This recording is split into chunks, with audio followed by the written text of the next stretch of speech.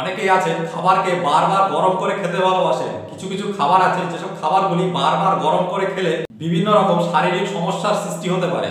এই ভিডিওতে আলোচনা করব কোন কোন খাবারগুলি বারবার গরম করে খাওয়া উচিত নয়। আপনারা যারা আমার চ্যানেলটাকে সাবস্ক্রাইব করেছেন, আমার দায়িত্ব হচ্ছে সঠিক ইনফরমেশন আপনাদেরকে দেওয়া, যাতে আপনারা সুস্থ থাকতে পারে।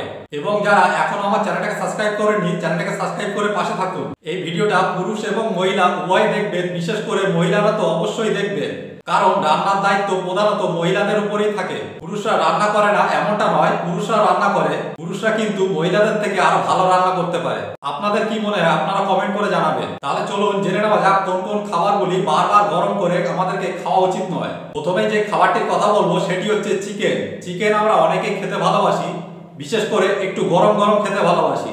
তার জন্য রান্না হওয়ার পর যখন ঠান্ডা হয়ে যায় সেটাকে আবার আমরা গরম করি। চিকেনের মধ্যে রয়েছে বিশেষ এক ধরনের প্রোটিন। মুরগির মাংসকে বারবার গরম করলে এই প্রোটিনের যে মেন স্ট্রাকচার, সেই স্ট্রাকচারের মধ্যে বেশ কিছু পরিবর্তন দেখা যায়। তাই চিকেনকে বারবার গরম করে খেলে হজম করতে সমস্যা হয় এবং অন্যান্য শারীরিক সমস্যা দেখা দিতে পারে। তাই দয়া করে চিকেনকে বারবার গরম করে খাবেন না। চিকেনের মতো ডিমের মধ্যে রয়েছে হাই কোয়ালিটির প্রোটিন। তাই চিকেনের মতো ডিমকেও বারবার গরম করে খেলে হজমের বিভিন্ন রকম সমস্যা হয়। এরপরে যে খাবারটির কথা বলবো সেটি হচ্ছে আলু। আলু আমরা বাঙালিরা প্রত্যেকটা সবজির মধ্যে ব্যবহার করে থাকি।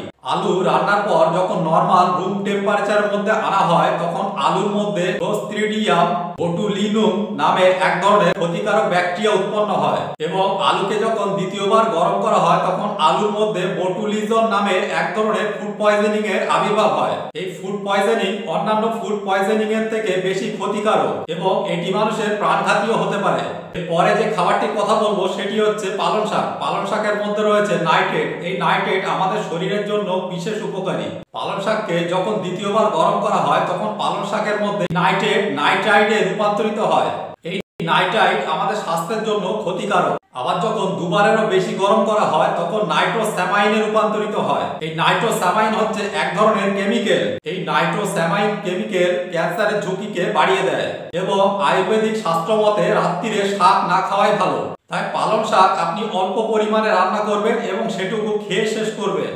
অনেক মা বোনেরা আছে যারা ভাজাভুজি করার পর যে অবশিষ্ট তেল পড়ে থাকে সেই তেল রেখে দেন, পরবর্তীতে আবার সেই তেলটাকে ইউজ করেন। আপনাদেরকে জানিয়ে রাখি, এই অবশিষ্ট তেলের মধ্যে থাকে ট্রান্স ফ্যাট। এই ট্রান্স ফ্যাট আমাদের আর্টারির মধ্যে গিয়ে জমাট বাঁধে, তার ফলে রক্ত চলাচলে বাধা সৃষ্টি হয় এবং হার্টের সমস্যা হয়। তাই অবশিষ্ট তেলকে রেখে না দিয়ে সেই তেলকে ব্যবহার করে ফেলুন।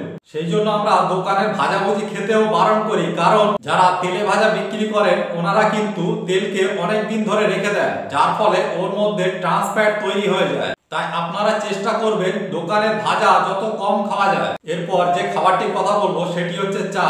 চা বানানোর পর ঠান্ডা হয়ে গেলে আমরা বলি চাটাকে আবার গরম করে দিন। চায়ের মধ্যে থাকে ট্যানিন। চাকে বারবার গরম করলে চায়ের মধ্যে যে ট্যানিন থাকে, এই ট্যানিনের মাত্রা আরো বৃদ্ধি পায়। তাই চাকে বারবার গরম করে খেলে ডাইজেস্টিভ সিস্টেমের মধ্যে যে ডাইজেস্টিভ এনজাইম রয়েছে, এই এনজাইমের সিক্রেশন কমে যায়। তার ফলে আমাদের বিভিন্ন রকম হজমের সমস্যা দেখা দেয়। তাছাড়াও ট্যানিন শরীরের ভিটামিন ও মিনারেলসের অ্যাবজর্বেশনকে কমিয়ে দেয়। তাই চাকেও বারবার গরম করে খাবেন না।